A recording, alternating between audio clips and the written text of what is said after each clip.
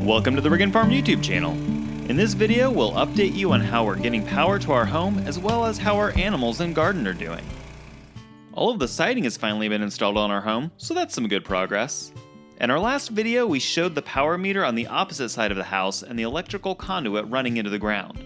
For some reason, the power company has made it our responsibility to dig a trench and run 2.5-inch conduit from the meter to this transformer about 38 feet away. Our local Home Depot tool rental center had this 24-inch trencher available, so we got it first thing in the morning to ensure we had it ready that afternoon when Ashley's dad was meeting us at our farm property. The trencher had a few controls on it: forward and reverse, up and down, and running the chain in forward or reverse. This Georgia clay is very compacted and full of roots and rocks.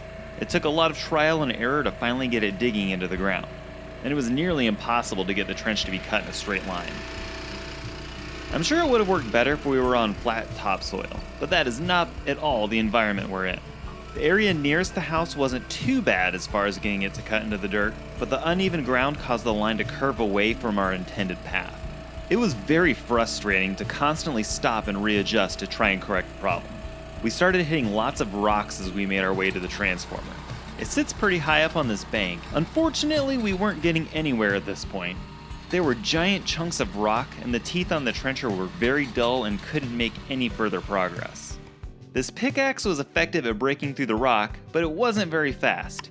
I was working up quite a sweat on this humid 90-degree day without shade.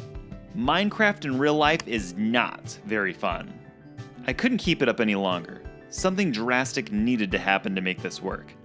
I contacted our neighbor down the street to see if he could help. His skid steer was powerful enough to move our shipping container a few months ago, and it was clearly much better than the trencher when it came to breaking through the rocks. He was able to remove the majority of the bank leading up to the transformer to get it within that 2 feet that we needed. He was even able to take out a small tree while he was at it. That thing was really starting to tick me off anyway. He also offered to dig the trench out a little bit more to get an adequate depth that trencher just wasn't cut out to do for us. You can see that this area had been graded for our home site and was filled with tree stumps as well. I don't think that trencher could have gotten through that either. Working so close to the house was a little scary and required a lot more caution to prevent damaging our new home.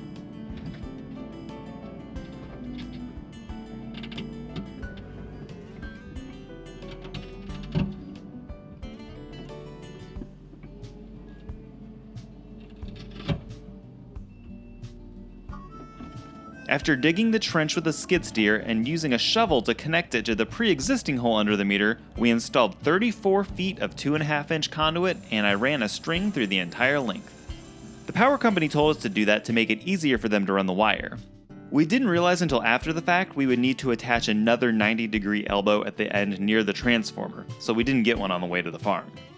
A few days later, I went back by myself to install it and left several feet of pipe in case the power company needs it.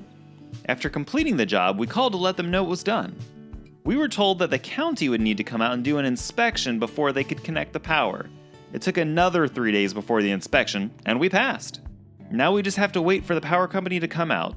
Hopefully that won't take too long. While we had the trencher, we took it to the other side of the house to dig a small trench to run power to a pole about 30 feet from the house. Ashley's dad ran over 100 feet of half-inch conduit under the home to house this wire that we'll connect to a small breaker. This will allow us to hook up their camper and also provide a place to plug in our new electric fence energizer for the fence that we're going to build around the new chicken coop. Now let's check out our garden. The sunflowers we planted in our video review of the Earthway cedar have finally started to bloom. Our various pepper plants are doing well with all this sun we've been getting. The rabbits are still doing well in their temporary housing. When we got the rabbits, we were told we'd be able to move into our home within 6 weeks. Now it's been about 6 weeks, and we're probably going to have to wait another month or so before living on the farm. We'll definitely get them a better setup soon.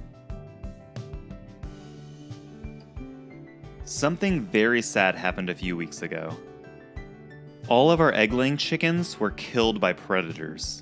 They were locked up in their coop, but unfortunately these sliding locks can easily become ineffective if the frame is pushed or pulled outward.